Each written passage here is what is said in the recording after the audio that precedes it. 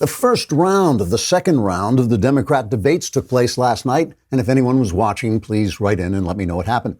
As I understand it, the debates took place in Detroit, a city laid waste by Democrat policies. The theory seemed to be if there's anyone left in Detroit who's still voting Democrat, they'd be too stupid to understand how utterly they'd be screwed by the Democrats' policies, so the candidates won't lose any votes by proposing them. Which is a good thing, since this debate included mostly second-string candidates. This includes Bernie Sanders, who's polling at 20% of people who still think communism is a great idea and that the Soviet Union will ascend to glory just as soon as Stalin is brought back to life by the ghost of Rasputin chanting the Internationale. There's also Elizabeth Warren, who's polling at 1,024th of all the people who believe she is favored by the great spirit in the sky, who himself is voting for Trump because he enjoys the laughs.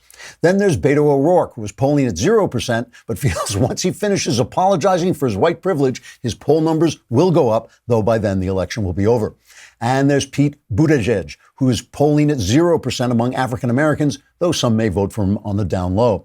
Finally, of course, there's Marianne Williamson, who is polling at a whopping 85% of all people who believe her aura is silvery white with edges of gold, representing either transcendent holiness or some old fillings in her molars she hasn't had replaced yet. This charismatic and exciting group of non-entities began the debate by greeting the public, and then suddenly I woke up and found it was 1 a.m. and I was watching an old rerun of NYPD Blue, which was pretty good, incidentally, and had a gritty realism and honesty that made it essentially the opposite of a Democrat debate. Trigger warning, I'm Andrew Klavan, and this is The Andrew Klavan Show. I feel hunky-dunky, life is tickety-boo.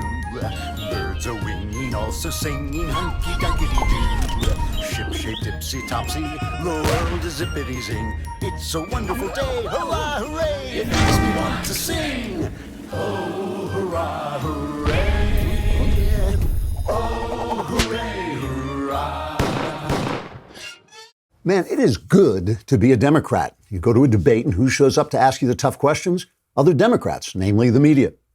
Now, Don Lemon isn't a journalist. He's not even a commentator. He's just a race-baiting talking point in a suit. But Jake Tapper and Dana Bash, biased as they are, do sometimes work in something that used to look vaguely like the profession of journalism.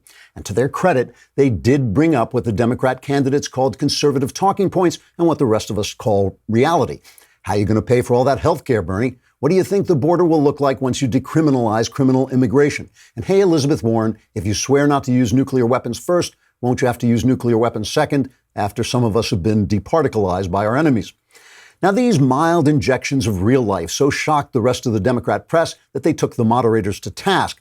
But conservative evildoer that I am, I felt there was a much bigger talking point left unspoken all night long. I felt there was one word missing from the debate, the word liberty. Adorable Looney Tune Marianne Williamson sent out a tweet yesterday, just before the debate, that said this: in 1776, our founders brought forth on this planet an extraordinary new possibility. It was the idea that people, no matter who they were, would simply have the possibility of thriving. Yeah, only not. Marianne sounds kind of like Abraham Lincoln, only without the profundity and truth. What Lincoln really said was, our fathers brought forth upon this continent a new nation conceived in liberty and dedicated to the proposition that all men are created equal. Liberty, and liberty equally for all. That's what the country is supposed to be about. That's everything it's supposed to be about. Everything in the Constitution is designed to protect our liberty, the separation of powers, the enumerated powers the federal government is not supposed to go beyond, liberty in speech, liberty in religion, and the right to bear arms that we need to protect that liberty when the government, inevitably, it seems, gets hungry for more and more power. That's the whole problem with the left and with leftism. Every free thing they offer you costs you not only money, it costs you liberty. If the government can take your money and give it to someone else, they own and control your time and labor. If they can regulate every aspect of your life, they can pass laws without your consent. If the government runs health care, they get to decide how you treat yourself and ultimately who lives and dies. If they can outlaw certain kinds of speech as hate speech or as a campaign finance violation, they decide who you are and what you think. Every insult they throw at us is meant to distract us from this one important point. Racism, Islamophobia, climate denial, every single slur they hit us with is meant to take our minds off our real concern. Because it's not racist to oppose humongous government entitlements. It's a defense of liberty. It's not phobic to question restrictive tenets of a religion. It's a defense of liberty. And it's not some kind of thought crime to question whether more government power is going to do one damn thing to help whatever troubles the climate might have. We're fighting for our liberty. Too often we on the right get all wonky and practical about our ideas. We point out that Democrat programs don't work. They don't. But even if they did, they'd take our liberty. We point out that capitalism beats socialism. It does. But more important, capitalism supports and incentivizes liberty. We point out that identity politics is bigotry in disguise. It is, and it's not much of a disguise if you ask me. But more importantly, when you reduce a person to his skin color or his gender or his sexuality, you take away his individual spirit, the spirit for which liberty was made. So good for the Democrats. They've created a media bubble in which they can hide from the L word. That means it's up to us to keep the word alive, to keep saying it loud and proud, no matter what they call us, no matter what they offer us, and no matter which of their gormless nudniks tries to become president and take our liberty away. We're going to talk more about this. We'll look at the debates. We have no choice. But first, let's talk about ExpressVPN. Here is something I actually use every single day. I'm online all day, and I don't like to think about the fact that people are out there who want to steal my information. I don't have to think about it because I use ExpressVPN. ExpressVPN runs in the background of your computer or phone, and when you use the internet, just like you normally would, you downloaded this app, you click to connect it, and you're protected. I don't go online without ExpressVPN because it basically encodes your information so no one can steal it. It costs less than $7 a month and comes with a 30-day money-back guarantee. It uses cutting-edge technology called Trusted Server to make sure there are no logs of what you do online. It's time to stop hackers, Big Brother, and internet companies from grabbing all your data. Take back your online privacy like I did with ExpressVPN. Protect your online activity today and find out how you can get 3 months free at expressvpn.com/Klavan. That's expressvpn.com/Klavan for 3 months free with a 1-year package. Visit expressvpn.com/Klavan to learn more. And I know you're thinking fish smells. Everybody knows how to spell Express, but how do you spell Klavan? There's no E's in Klavan. It's Klavan. So before we talk about the details of the debate, one thing I just have to point out. I should also point out we have the mailbag coming up later. Don't scream. Don't scream. All right, scream. It's wonderful. All your stop. I can't stand it anymore. All your problems will be solved. That's coming up. And I want to point out all this talk about Donald Trump, and he says this and it's racist. He says that it's racist. Whatever he says, they twist it to mean it's racist, and somehow he doesn't like black people, or he doesn't like this, he doesn't like that. But Marianne Williamson said something last night that I found incredibly offensive. This is cut number 2.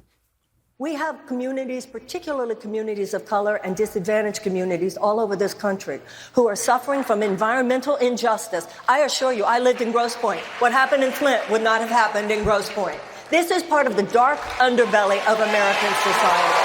The racism, the bigotry, and the entire conversation that we're having here tonight, if you think any of this wonkiness is going to deal with this dark psychic force of the collectivized hatred that this president is bringing up in this country, then I'm afraid that the Democrats are going to see some very dark days. We need to say it like it is. It's bigger than Flint. I just want to say, as someone who identifies as a dark psychic force, I was deeply offended by this. Dark psychic forces, we have feelings too, and we vote. We vote, and so don't expect the dark psychic forces to show up at the ballot box if Marianne Williamson gets the nomination, which I hope she does, because she's kind of hot and she can dance, and unlike the rest of the Democrats, she's openly insane instead of just insane in her policies. So you've offended dark psychic forces like myself, and don't think we won't take it out on you in the ballot box. The debate was basically Bernie and the great white Elizabeth Warren fending off these kind of non-entities that nobody's going to vote for, nobody's heard of, who were trying to say to them that they were being too radical. So Bernie and Elizabeth were like saying, no, we're going all the way to the left. We'll take a quick look at a clip. Here's Congressman Tim Ryan from Ohio going after Bernie on health care This was much quoted because of Bernie's response. And one of the things about these debates, by the way, I don't think there should be audiences at debates because applause doesn't mean you're right and boos don't mean you're wrong. So why do we have to have them there? I don't know, but you'll hear the way this shook out. This is Ryan versus Bernie. Can you guarantee those union members that the benefits under Medicare for All will be as good as the benefits that their representatives, their union reps, fought hard to negotiate? Well, two things. They will be better because Medicare for All is comprehensive. It covers all health care needs. For senior citizens, it will finally include dental care, hearing aids, and eyeglasses. But you don't know Second of all. You don't know that, Second Bernie. of all. We'll come to you in a second, I do know, Congressman. and I wrote the damn bill.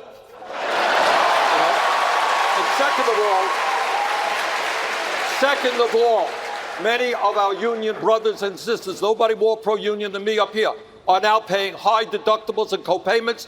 And when we do Medicare for All, instead of having the company putting money into health care, they can get decent wage increases, which they're not getting today. I want to bring in Congressman Ryan to respond to what Senator Sanders just said. Senator Sanders does not know all of the union contracts in the United States. I'm trying to explain that these union members are losing their jobs. Their wages have been stagnant. The world is crumbling around them. The only thing they have is possibly really good health care. And the Democratic message is going to be, we're going to go in, and the only thing you have left, we're going to take it, and we're going to do better. I do not think that's a recipe.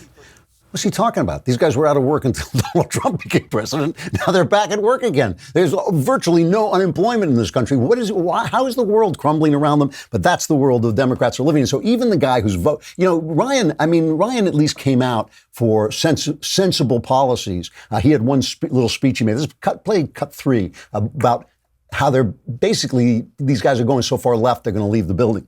Now, in this discussion already tonight, we've talked about taking private health insurance away from union members in the industrial Midwest. We've talked about decriminalizing the border, and we've talked about giving free health care to undocumented workers when so many Americans are struggling to pay for their health care. I, quite frankly, don't think that is an agenda that we can move forward on and win. We've got to talk about the working class issues, the people that take a shower after work who haven't had a raise in 30 years. If we focus on them, we'll win the election. People who take a shower. I take a shower after work. What does that mean? Anyway, what he's saying is you guys are not talking to working class people. He's right about this. He is right about it. Trump is talking to working class people. They're making the argument that with Trump's roughhousing, his rough way of talking, his almost, his belligerent way of tweeting, that he's alienating suburban women. That is their argument. And they've gone out and they've gotten some proof of that. There seems to have been some evidence of that in the midterms. They're an important vote. Trump may want to take that. Look, there seems to be a consensus on both sides that Trump is hurting himself with his tweets. I like the fact that he is breaking down these barriers that the left has put in place, but it's something to take into account. Maybe this is true. If he's losing votes with it, that would be a terrible thing, even though we're gaining in culture, in cultural freedom, what we may be losing in votes. It's a tough choice to make, but Trump is going to have to make it. But Elizabeth Warren, bravely, I think, and straightforwardly came out in favor of the leftist agenda. She basically answered Ryan's speech by saying, no, go big or go home. It's cut 5. I don't understand why anybody goes to all the trouble of running for president of the United States just to talk about what we really can't do and shouldn't fight for. I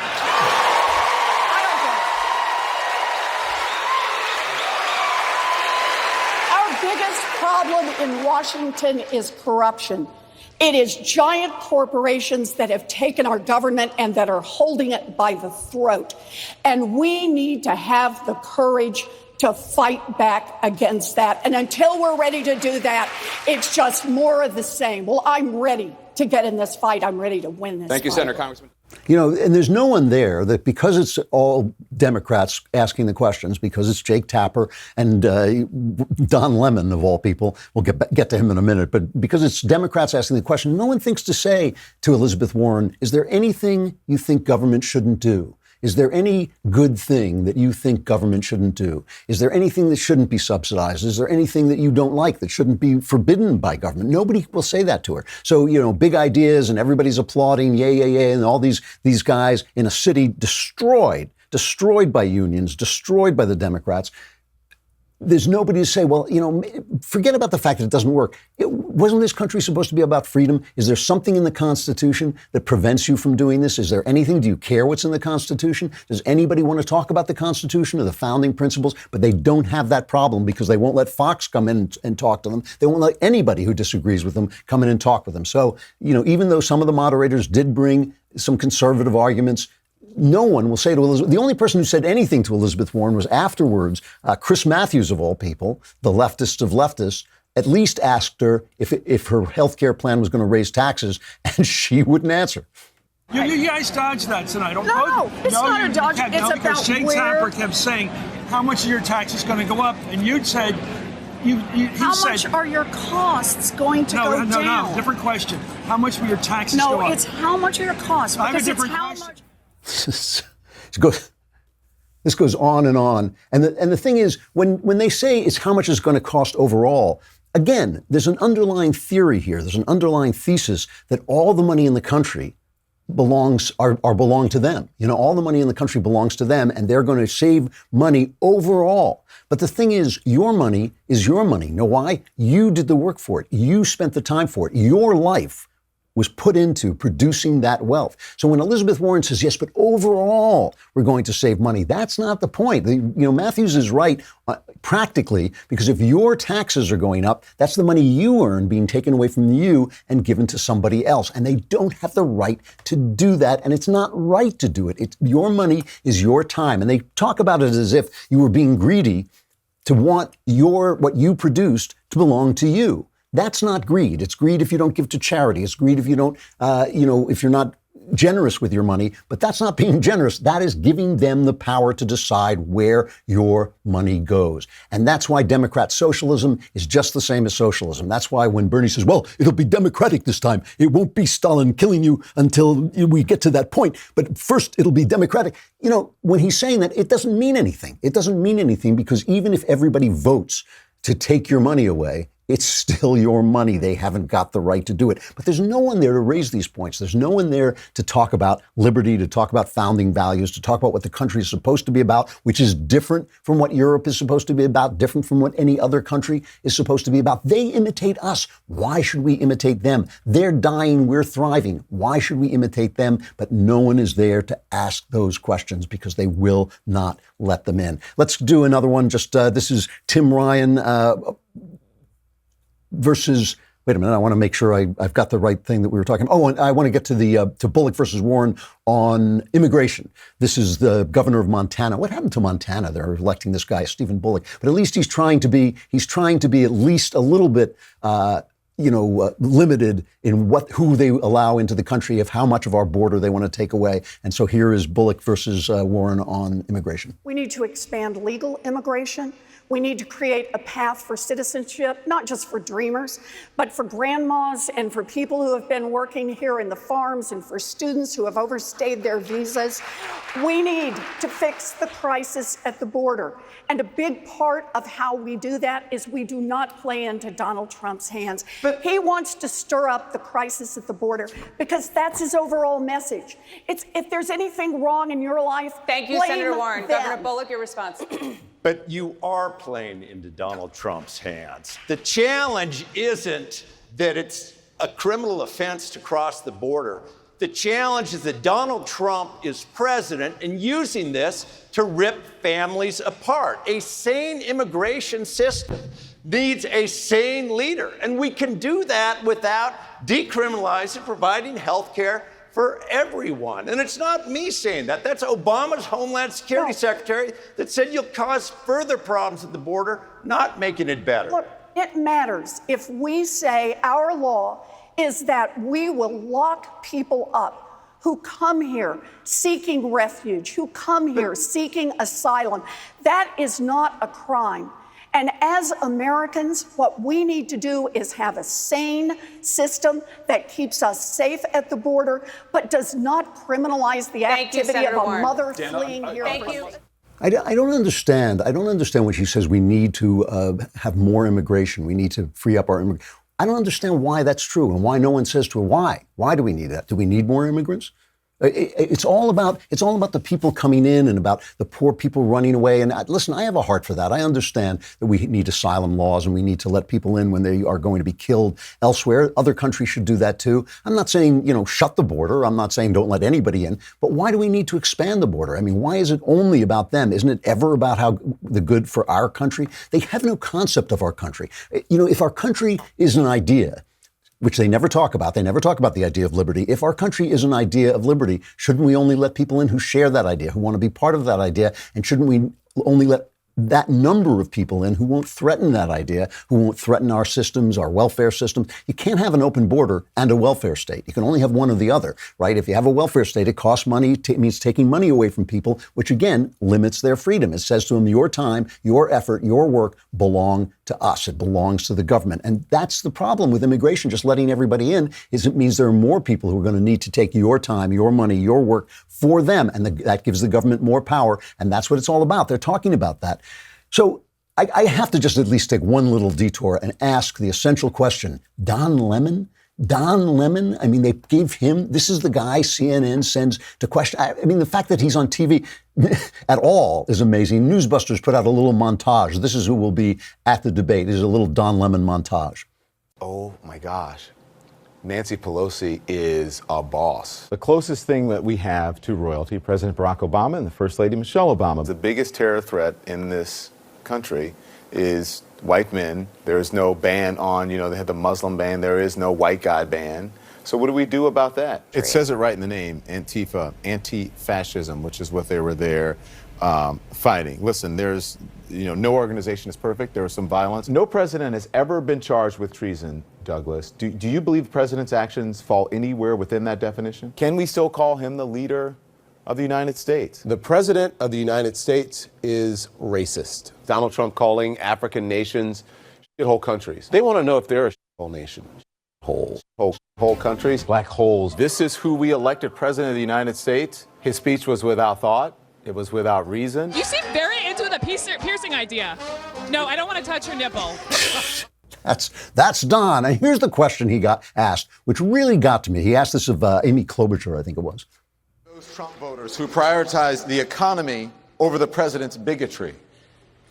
Well, first of all, there are people that voted for Donald Trump before that aren't racist. They just wanted a better shake in the economy. And so I would appeal to them. But I don't think anyone can justify what this president is doing. Little kids literally woke up this weekend, turned on the TV, and saw their president calling their city, the town of Baltimore, nothing more than a home for rats. And I can tell That's telling the truth about Baltimore. But never mind what she said. You could almost not hear the question. The question Lemon asked was, what do you say to Trump voters who prioritize the economy over his racism? So the assumption is that Trump is racist. There's no question about it. Not do you think that Trump is racist? Something really interesting happened yesterday. The National Archives released this really unpleasant tape of Governor Ronald Reagan, Governor of California Ronald Reagan, on the phone talking to Richard Nixon. It's October 1971. The UN has just voted to recognize communist China, and they're both ticked off about it. And Reagan calls up Nixon, and this is what he says about the UN. Last night, I tell you, to watch that thing on television as I did, to see those monkeys from those African countries, damn them, they're still uncomfortable wearing shoes. Well, and then the tail wags the dog there, doesn't it? Yeah. So that's pretty ugly. He's calling these guys from the African countries monkeys, saying they're uncomfortable wearing shoes. And why the tail wags the dog, meaning why are they making rules for America? Why are they recognizing this communist, this monstrosity, which it was? And that's genuinely ugly. You can make all the excuses. 1971, totally different time. I mean, now it's 50 years ago. It's a long time ago. People say things in private that they wouldn't say in public. He's talking about a specific people. But let's even put all that aside. Let's just say it's racism straight up. I mean, I think you could make an argument that it's different context, but still, it's an ugly thing to say about people. Let's also think about Ronald Reagan and what he did. Ronald Reagan's economy, the economy, when Reagan took over, and I remember this, okay, the economy was worse than it has ever been before or since. It was worse than the 2008 crash. It was horrible. We were waiting an hour online for gas. You could only buy gas every other day if your license plate was odd or even. There was this horrible shortage. Our guys were being held hostage, and Carter couldn't do anything about it. We had inflation. We had stagnation. It was just a terrible, terrible time. Reagan took it over, and within 2 years, he not only jump-started the economy, he gave us a good economy that lasted essentially for 25 years, a quarter of a century, almost a working life, 25 years. That Clinton economy was the Reagan economy. There's just no question about it. He gave us all that innovation. He started all this stuff. And by the way, the people who benefited most from it were single women and blacks. Blacks and single women were the two groups that benefited most from the turnaround in the economy. The weakest people were helped the most, of course, when your economy takes over, just like now. Ronald Reagan, almost single-handedly with the help of Thatcher and the Pope, brought down the Soviet Union. He was the only person, and people forget this. Again, I was there. He was the only person who said we can win the Cold War. His Secretary of State said, what do you mean? He said, I mean, we win and they lose. And he won and they lost. And he brought the Soviet Union down, freeing tens, hundreds of millions of people from the slavery of communism, breaking them out of that absolute prison of communism, that murderous prison of communism. So here's the thing. If they had released that tape before and you had heard him say that, would you give it back? Would you give that economy back? Would you give the Soviet Union back? Would you recreate that terrible threat to lives, not just the lives of the people who live there, but to all of our lives with their nuclear weapons? Were his policies more important than whatever glitches he had, whatever ugly things he said in private? We all have glitches. We all say things in private that we shouldn't say. I mean, that's part of why you're talking in private. That's part of what privacy is. Would you take away the fact that he was a man of his time with some racism in his heart? Would you take away all his achievements, all the good he did for both this country and the world because of that tape? And that's the problem with guys like Don Lemon. I mean, if you took the word racism out of Don Lemon's vocabulary, he would just sit there and stare with those cow eyes into the camera with nothing else to say. And it is the policies that matter, and it is the principles that matter, not our flaws, not our sins, because we all got them. We can all be caught out. We can all play gotcha on one another, but it is the policies. And that's why I want to end this talking about the one guy who was talking about what matters yesterday, your president and mine, Donald Trump. Donald Trump went and gave a speech about Jamestown. Yeah. Sorry. He gave a speech about Jamestown, where the first British representative government was installed, basically the beginning of the colony that would become the United States. He talked very beautifully about the evil of slavery. He said it was a barbaric trade, and he said, in honor, we remember every sacred soul who suffered the horrors of slavery and the anguish of bondage. And of course, Democrats showed up and were heckling him and all this. But he ended on this note. In our time, we must vigorously defend those cherished democratic traditions that have made our beloved republic the envy of the entire world, and it still is, as much as ever before and maybe more. Our hard-won culture of self-government must be nourished, protected, and constantly preserved. That is why we must speak out strongly against anyone who would take power away from citizens, individuals, and state governments such as yours. In America, the people will forever rule, the people will forever reign, and the people will forever be sovereign. From the first legislative assembly down to today, America has been the story of citizens who take ownership of their future and their control of their destiny. That is what self-rule is all about. Every day, Americans coming together to take action, to build, to create, to seize opportunities, to pursue the common good, and to never stop striving for greatness.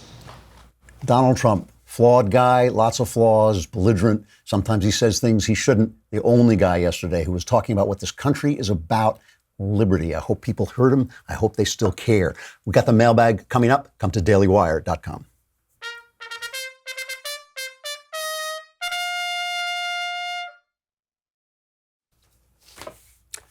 Mailbag. What would we do without that scream? All right, from Wilbur. Dear sire, who is as wise as he is bald. I am equally wise and bald. It's true. I'm dating a beautiful 28-year-old Christian woman. She's a virgin, never kissed a guy before me. She's very careful about physical touch, and she wants to save herself for marriage. This is part of the reason I love and respect her so much. We've been dating for about 4 months, and the other night I kissed her, more than just a quick kiss. We kind of made out. At first, she seemed okay with it, but then abruptly pushed me off her and stormed out of the house, visibly upset. I'm not a virgin, and I express my affection to her through physical contact. I know I crossed a line. I love her, and I'm dating her with the intent to marry her.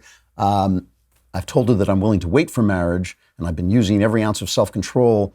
However, our standards of acceptable behavior seem to be very different. Knowing this, do you have any advice for me on self-control and or advice in general for this situation? Yeah, I mean, look, there's no advice. Self-control is self-control. In order to control yourself, you got to control yourself. But I do have some questions. I mean, she's 28 years old. She doesn't have to storm out on you if you went a little too far. She can say that's a little too far and ask you to pull back. And so I think you guys need to have a conversation, because the drawback to not having premarital sex, I mean, there are a million drawbacks to having premarital sex, but the drawback to not having it is you don't want to get married and find yourself completely incompatible, to find there's some problem there that you didn't know about, to find that she's not into sex at all, or that she doesn't want to do the things that you want to do. You should know. And you guys should have a conversation. You've been dating for 4 months. You're getting to a point where you know as much about her as you're going to know before you marry her. But maybe you should have a frank conversation about this and not have this communication by means of storming out, by means of anger, but actually sit down and say, hey, let's talk about the role of sex in a marriage, and let's talk about, do you have problems? Were you attacked at any point that has put you off the whole idea of sex, or are you just protecting your virginity before marriage? It doesn't have to be communicated in terms of slamming doors, in terms of secret signals. Have it out. Have it out. You're going to be together for a long time. The rest of your life is a long time. You want to know the person as much as you can before you get married. And I think this is something you should talk about in an honest, unthreatening, uncruel way. But at least have the conversation so you know what you're walking into. I think it's important, and I think that the idea that somehow if you save yourself for marriage, somehow when you marry, everything's going to be great and that your sex life is going to be great, I'm not sure that that's such a good idea. I think talking about it is a good idea. From Nicholas, in your last mailbag, you talked about Jesus' teaching about the plank in one's own eye and letting the one without sin cast the first stone. I don't believe that Jesus is saying, do not judge others. Even though Jesus said, do not judge others, you don't believe he's saying that, because Ezekiel mentions that God will hold us accountable for the death caused by the sin of others if we do not attempt to correct them. Ezekiel 3:18, St. Paul writes multiple times about gently correcting brothers and sisters. I agree we shouldn't focus on others when there's plenty of sinfulness within our own hearts, but the Bible certainly does not command us to turn away from immoral behavior of others when seen. How do you reconcile these? Thanks for all you do and love the show. Hashtag no e-army. I like it. Well, no, I'm sorry, but this is a classic case of proof texting.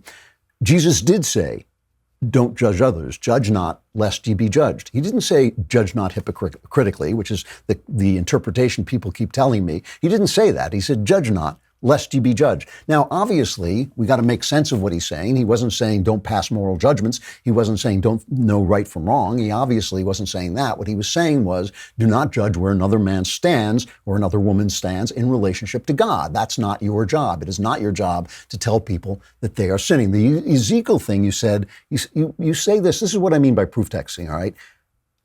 Ezekiel mentions that God will hold us accountable for the death caused by the sin of others. That's not what that passage is about. I mean, this is like quoting Shakespeare and saying Shakespeare says when what you mean is Hamlet says or Macbeth says. Ezekiel is talking about his call to be a prophet. And God says to him, to Ezekiel, I'm giving you the power of prophecy. He gives him a scroll to eat, as I recall. He says, I'm giving you the power of prophecy. I will hold you responsible if you don't send my message to people. You, Ezekiel, he's making him a prophet and telling him that he has a job to do, which is bringing the word of God and the interpretation of the word of God in that moment to the people of Israel. That's what he's talking about. And when you look at other passages too, some of the other passages you quote. What they're talking about is a church where you have to maintain order, a church where you have to maintain discipline, and a church where people kind of agree on certain of the principles that are there. And they always talk about gently saying, hey, maybe you're violating the principles that we're all here in agreement with. That does not have to do with going up to anybody that you happen to see, or even a person who just happens to be in your church, and telling him that he is in a state of sin. We're all in a state of sin, every one of us. And so that's why Jesus is saying, let him who is without sin, which is nobody, cast the first stone. You know, a lot of times they quote to me a line that Jesus actually does say, where he says, if a man sins, gently rebuke him. But in a lot of the versions of this, and there are different versions of the Bible that we have, different oldest versions of the Bible that we have, Jesus says, if a man sins against you. And so what bothers me about this is we have God, the Word of God, the living incarnate Word of God, speaking and saying, judge not lest you be judged. Let him who is without sin throw the first stone. Don't remove the speck in another man's eye. Deal with the plank in your own eye. That is what we have the Word of God saying. And you go to Ezekiel and quote out of context a statement that seems to give you the power to rebuke your neighbor. Why not listen to Jesus? For a very simple reason. Try it. A, it's really hard. That's how you know it's true. B, it makes your life better. It fills your life with joy when you stop worrying about where other people are and just kind of love them. This is the other thing that Jesus is always doing. He's always saying, he's always infusing the law with love. He's always saying, the Sabbath was made for you. You're not made for the Sabbath. Do you do good on the Sabbath or do you do evil on the Sabbath? I mean, this was a big law that he was monkeying around with, and by infusing it with love. And so I'm just saying that when you're looking at the other guy and saying, oh, the most loving thing I can do to this guy is tell him to stop being what he is, or stop doing what he's doing, or stop talking the way he's talking, maybe you should be maybe you're looking in the wrong direction. If you follow that advice, hard advice to follow, if you follow that rules, you will be happier, the people around you will be happier, and you will have more authority in their lives when they come to you and say, hey, I think something's going wrong here. Can you help me out? When you haven't judged them, when you haven't passed judgment on them, when you've tried to love them as they are and who they are, when they come to you and say, you know what, I'm in trouble, you will have some authority in their life and a place in their life where they'll listen to you. Maybe they'll listen to you. So I don't know. It seems to me that all this kind of negotiating you do with Jesus, when Jesus says, judge not, you say, well, that can't be what that means, because here I found a text here that I can rip out of context and fight with Jesus over. Why not just listen to him? Why not just do what he says and see if that improves your life, Edney, and see if it improves the life of the people around you? From Kyle, Lord KLVN. My girlfriend and I just found out she's pregnant. This is wonderful news for us in many ways. We're both very happy, but there are a few issues, the biggest of which we're not married. I know that I personally believe that the right thing to do would be to marry her soon, preferably before our child is born, and I've spoken with her about it, and she agrees. However, without me even bringing it up to her parents, they spoke to me and said it might be wiser to wait until after one of us is done with college, because of the potential financial benefits of her being a single mother in college. That's really bad advice. That's bad advice. You are right, and your parents or her parents are wrong. Marry her. Marry her before the baby comes. Give the baby a name, give the baby a family, give the baby a married couple to come into and build a family. Don't wait around for don't let the government decide that you're not going to get married and you're not going to do the right thing because they'll give you money to do the wrong thing. I mean, that's absurd. That's absurd. That's really, really bad advice. That's not even your question, but I'm just telling you, marry her. That's the right thing to do. Okay, so what the question you want is, do you think it's reasonable for me to continue with college? He's pre-med and work at nights and on weekends, keeping in mind that I have to continue getting A's to be considered by any med school? Or do you think it's more reasonable for me to take a hiatus from school and wait for my girlfriend to finish nursing and then start up again? We both have very strong support system on our sides of the family, so we will not be completely alone, but financially it's just us. Any advice you have would be appreciated. No, I think you should stay in school, keep working, put yourself through med school, and become a doctor. If any of you should take a break, it is her to take care of the baby. You should stay the course, because once you get off that course, the baby comes, it's going to be very, very difficult for you to do it. Stay the course, do the work now, and later on your family will benefit. You're doing it for the family, for your future lives. The most important thing that the child needs right now is a mom. and you will be there as much as you can, but do the work and get the medical degree and become a doctor. And then that will be a help to your family and possibly to the world at large. But the other part is more important, marry her. All right, Bradley, from Bradley. Dear master of the multiverse, hater of ease, my father has tried for many years to be an author. He recently wrote a book and had me read it. Objectively, I think the novel's fantastic. That's great, but he hasn't had a lot of success with publishers. How can I best encourage him or help him? P.S. My father is paralyzed, and I've always had a big role in helping him, so I feel a deep sense of responsibility. I want to help him succeed in his goals. Okay, well, first of all, he shouldn't be going to publishers. He should be trying to find an agent. You should get a book. Writer's Market is usually the kind of industry standard, tells you how to approach agents. There's also a book called the LMP, the Literary Marketplace, which lists agents. You find out what kind of agents, the way you do this is you find out what kind of agents represent the kind of books this is. So let's say it's an international thriller. Find the guys who represent Brad Thor. If you go into Brad's book and look in his acknowledgments, maybe it'll say, I want to thank my agent so-and-so. Then Writer's Market will explain to you how you approach them. Follow that advice. They don't want a 15-page letter. They want a well-written short letter with a query. Sometimes they want pages attached. You find out. Sometimes on the website they will tell you they're not accepting unsolicited manuscripts. But that's the way you do it. An agent is still an important part of this. And I think that you should get advice. I mean, I can't give it to you all right now, but get advice from something like Writer's Market on how to approach agents and how to publish a book. I mean, don't just go into it blind. Don't just go send it to your friends. Do it the way that it's supposed to be done, and do it by industry standard and see how far you get. And, you can always go back to self-publishing later, to internet publishing and promoting it yourself. There are all kinds of ways to do that. It's another thing you can look up. There are also books and websites about that. From Tom, and it's nice of you to help him, by the way. From Tom, I enjoyed Homelanders. Each chapter captivated me with action and questioning. My burning question is, how can elites believe they will survive a socialist communist turnover? They always believe this because they don't think it's going to affect them. And in a lot of ways, they're right. The thing that socialism does is it guts the middle class because they never really tax the rich.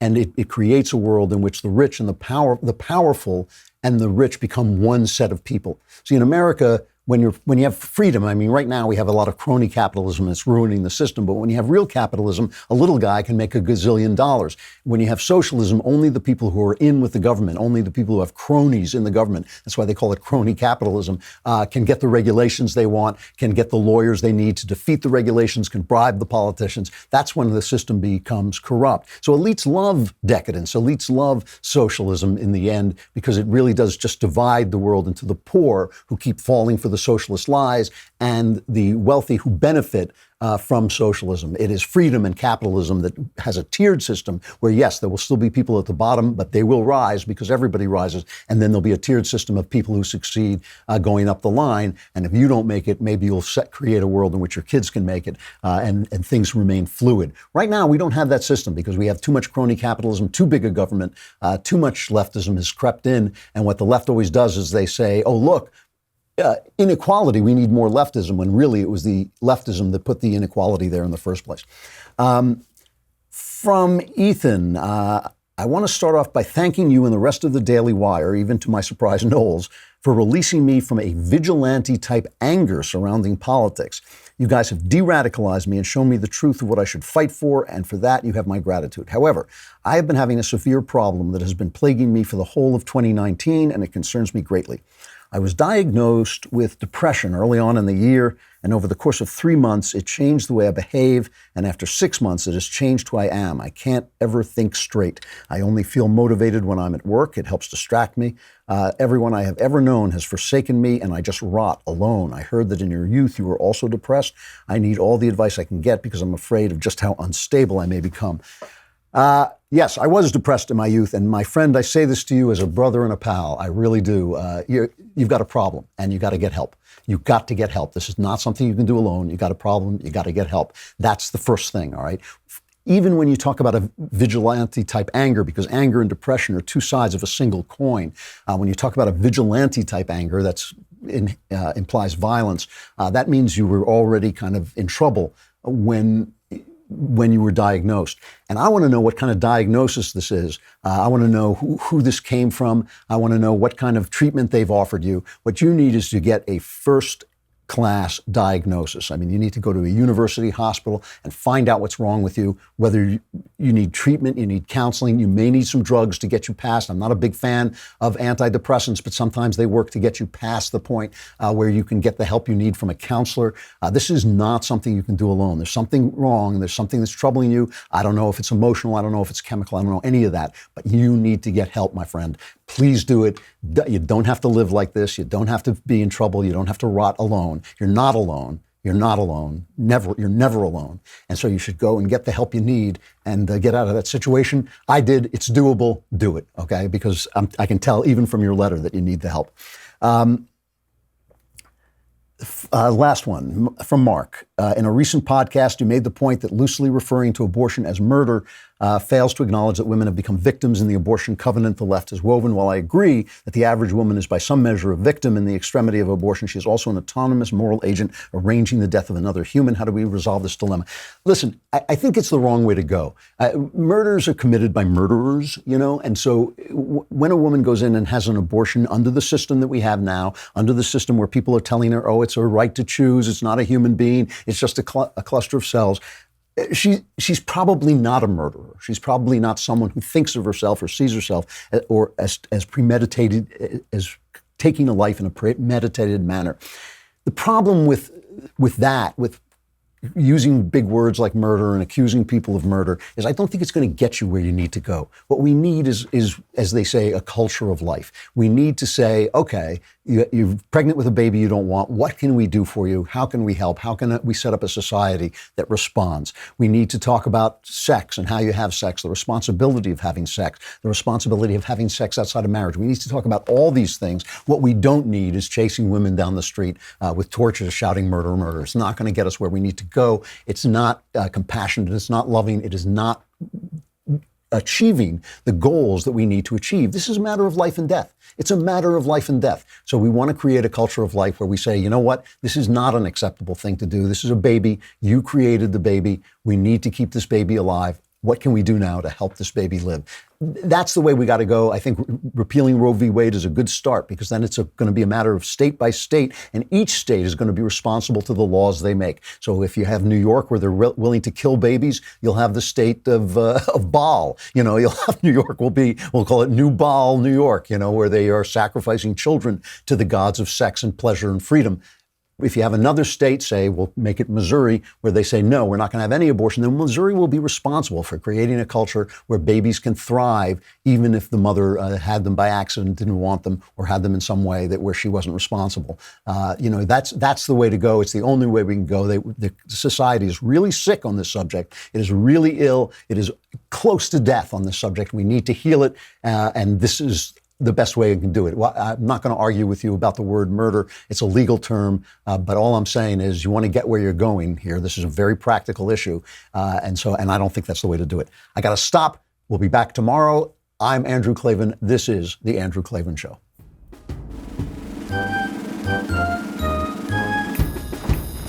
Oh, hooray, hurrah. The Andrew Klavan Show is produced by Austin Stevens and directed by Mike Joyner. Executive producer, Jeremy Boring. Senior producer, Jonathan Hay. And our supervising producers are Mathis Glover and Robert Sterling. Edited by Adam Sayevitz. Audio is mixed by Mike Cormina. Hair and makeup is by Jesua Alvera. Animations are by Cynthia Angulo. And our production assistant is Nick Sheehan. The Andrew Klavan Show is a Daily Wire production. Copyright Daily Wire 2019. Hey guys, over on the Matt Walsh Show today, Democrat debate last night. We'll go over the major takeaways from the show, including the fight, the losing fight by some of the very few remaining sane Democrats to preserve some semblance of sanity in the party. Also, a Republican proposes a bill that is ostensibly supposed to fight social media addiction. I'll explain my problem with this bill. And is it time to just let leftists destroy women's sports as they obviously desire to do? We'll talk about that today also on the Matt Walsh Show.